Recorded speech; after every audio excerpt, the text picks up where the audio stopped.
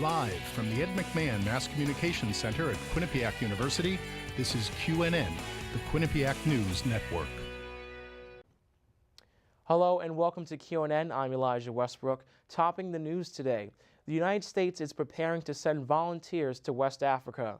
They will be on the front lines in the fight against Ebola and are training to treat Ebola patients. Maine nurse Kachi Hickox tells more about the frightening disease. I know that Ebola is a scary disease. I have seen it face to face, and I know that we are nowhere near winning this battle.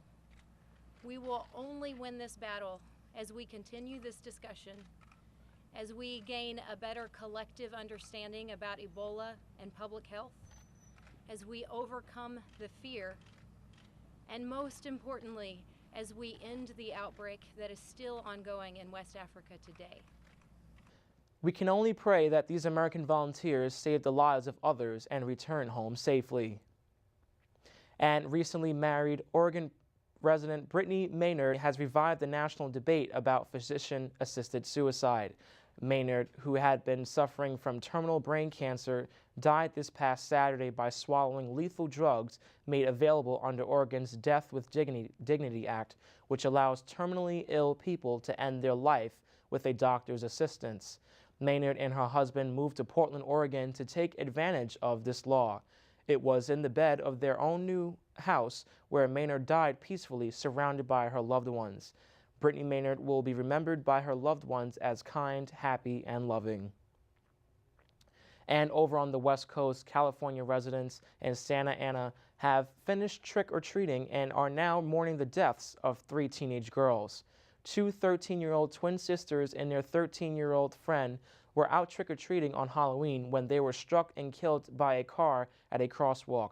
A damaged black Honda SUV was found dented and ditched around the corner where it was parked in the plaza.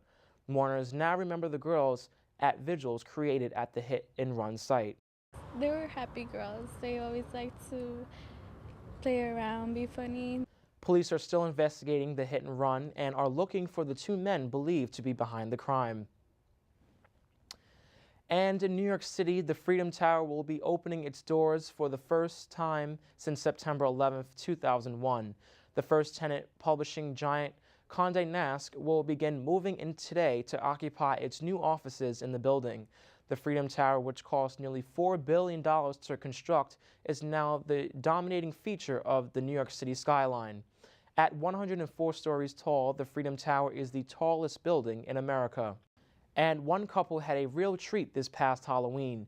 A Texas couple decided to start their lives together by pretending to rise from the dead. Their October 31st wedding was actually zombie-themed. Sabrina Welch and Blake McCracken had been dying to get married for a while now, so much that they held their wedding at a motory on a Halloween day.